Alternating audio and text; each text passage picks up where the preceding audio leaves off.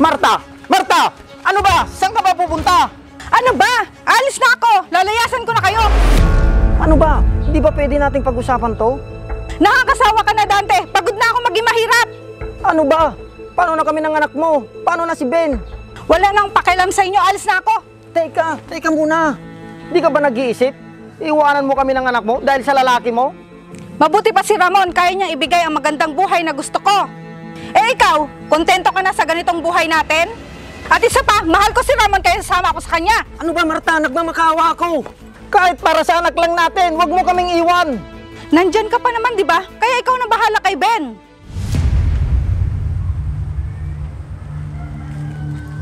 Ano ba, Marta? Nagmamakawa ako. Nakapag-desisyon na ako. Tay!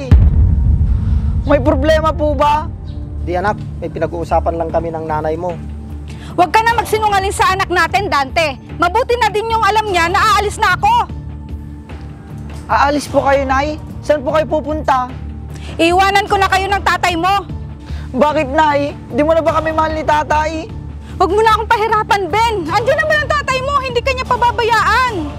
Pero, Nay, paano na kami ni tatay pag umalis ka? Sorry, anak, pero kailangan ko na umalis. Nay! Huwag ka lang umalis! Ben, anak, pabayaan mo ng nanay mo. Tay, bakit naman tayo iniwan ni nanay? Hindi na ba tayo niya mahal?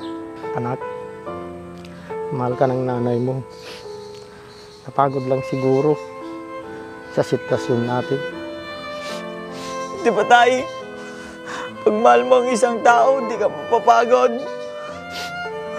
Napagod ba sa atin si nanay, tay? Anak, hindi ko alam. Wala akong may sasagot sa tanong mo.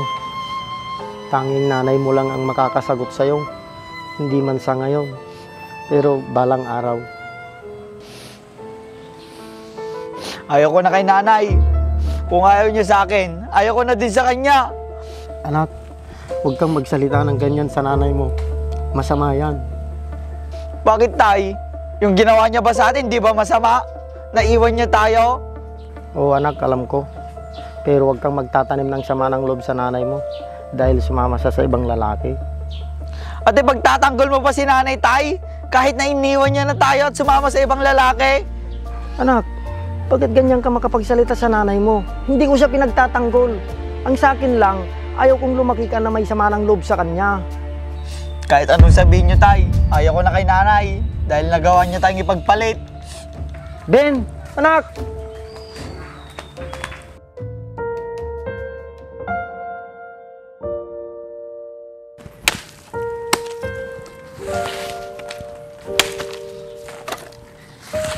Tay, gusto mong tulungan na kita, wala naman akong ginagawa. Sige anak, matatapos na rin to. Magsahin ka na lang doon ng kanin para meron tayong makakain mamayang pananghalian. Sige po.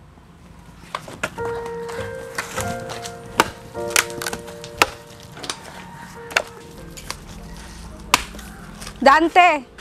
Oh, dumating ka na pala. Halika muna, pumuna tayo doon. Buti hindi ka na traffic. Oo, mabilis naman ang biyahe. Nasaan si Ben, ang anak natin?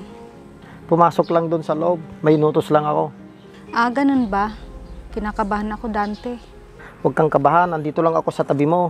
Di ba napag-usapan na natin ito sa telepono? Oo, pero baka magalit sa akin si Ben. Paano kung hindi niya ako tanggapin? Mabait yung anak natin. Mapapatawad ka niya, kagaya ng pagpapatawad ko sa'yo. Maraming salamat, Dante. Sa kabila ng ginawa ko sa'yo, napatawad mo pa rin ako. Matagal na kitang napatawad, Marta. At hindi rin kita sinisisi sa mga nagawa mo. Salamat talaga. Huwag mong isipin yun, Marta. Ang mahalaga, andito ka na. At makakasama ka na namin ng anak mo.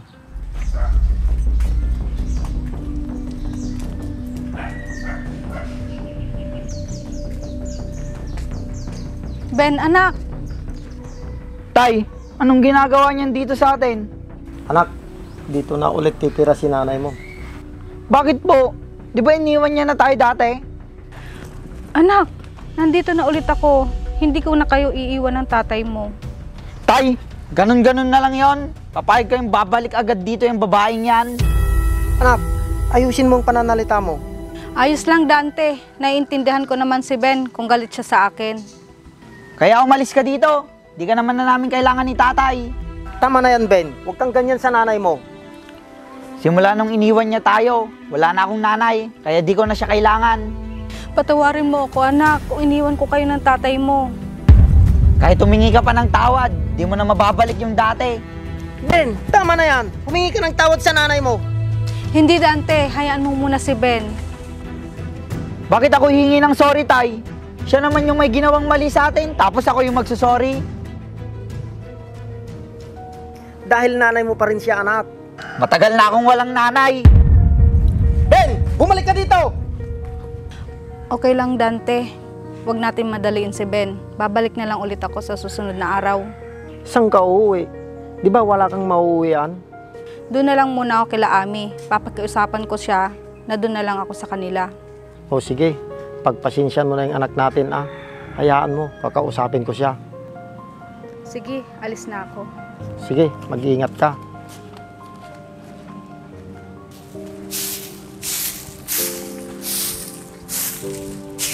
Anak, pwede bang makausap ka muna? Anak, bakit ganun naman yung ginawa mo sa nanay mo? Hindi naman kita pinalaki ng ganyan, ah. Walang masama sa ginawa ko, tay. Anak, hindi tama na pagsalitan mo ang nanay mo ng ganun kanina. Tay, ano gusto mong sabihin ko? Welcome back, nay. Tay, iniwan tayo dahil sa lalaki niya. Oo, anak, alam ko yun. Nagkamali ang nanay mo dati. Pero bumabalik siya ngayon para makabawi sa atin. Makabawi? Para saan pa, tay? Hindi naman natin siya kailangan. Nabuhay tayo ng ilang taon kahit wala siya. Kaya kaya nating mabuhay kahit wala siya. Anak, alisin mo yung galit mo sa puso mo. Walang mawawala kung magpapatawad ka. Tay, kung para sa'yo, madali lang. Sa akin, hindi. Nagmamakaawa ako sa kanya na huwag tayong iwan. Pero nakinig ba siya sa atin? Di ba hindi? Tapos babalik siya ngayon na parang walang nangyari. Alam ko yung nararamdaman mo, anak. Pero ayaw mo bang mabuo ulit yung pamilya natin? Hindi mabubuo yung pamilya natin, tay. Kasi nung ipagpalit tayo ni nanay sa kabit niya, namatayan na ako ng ina. Naririnig mo ba yung sarili mo, Ben? Sorry, tay. Pero hindi ko mapapatawad si nanay. Kung madali lang para sa inyo na patawarin siya, ako hindi. Dahil hindi niya mabubura sa isipan ko nung araw na iwan niya tayo. Anak, ako na nagmamakaawa sa'yo. Kahit para na lang sa akin. Bigyan mo ng pagkakataon na makabawi ang nanay mo sa atin. Wala na siyang ibang mapupuntahan. Tayo na lang yung pamilya niya. Kahit ang mga lolo mo ayaw na siyang tanggapin dahil sa mga nangyari dati. Bigyan niyo muna ako ng panahon, tay, para mapag-isipan ko lahat. Sige anak, maraming salamat.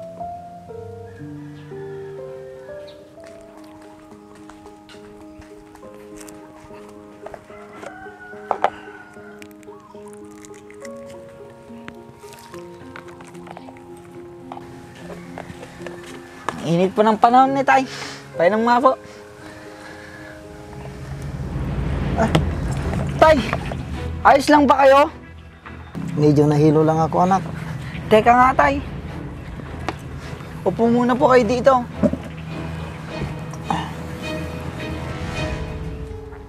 Gusto niyo bang dalhin ko po kayo sa ospital? Di na anak, baka sa init lang to ng panahon.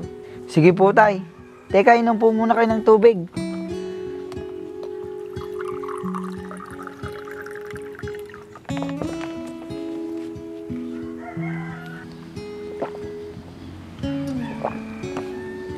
Anak, pwede bang umupo ka muna dito saglit? Sige po, tay. Sandali lang po. Anak, napag-isipan mo na ba? Yung alin, tay? Yung tungkol sa nanay mo.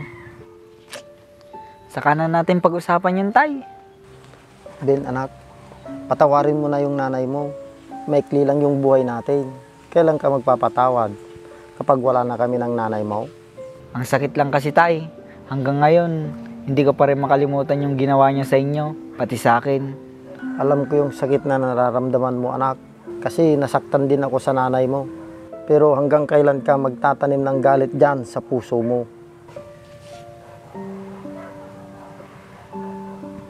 Subukan mong magpatawad, anak, para mawala na yung sakit na nararamdaman mo.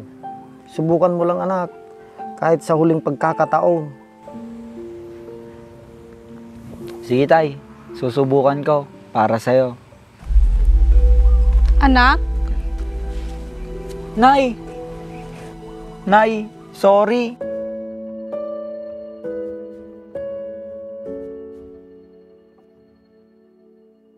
Ben anak, sorry talaga. Nay, patawad po. Sobrang sakit lang kasi nung iniwan mo kami ni tatay. Ako dapat ang manghingi ng sorry sa inyong dalawa ng tatay mo. Na-realize ko na sobra ang pagkakamali na nagawa ko sa inyo. Hayaan mong bumawi ako sa inyo ng tatay mo dahil sa mga nagawa ko. Naiintindihan ko po, Nay. Sana po hindi na po maulit yung mga nangyari. Marta, mahal na mahal ka namin ng anak mo. Tandaan mo yan. Oo, naiintindihan ko. Hindi ko na uulitin. Mahal na mahal ko po kayo, Nay.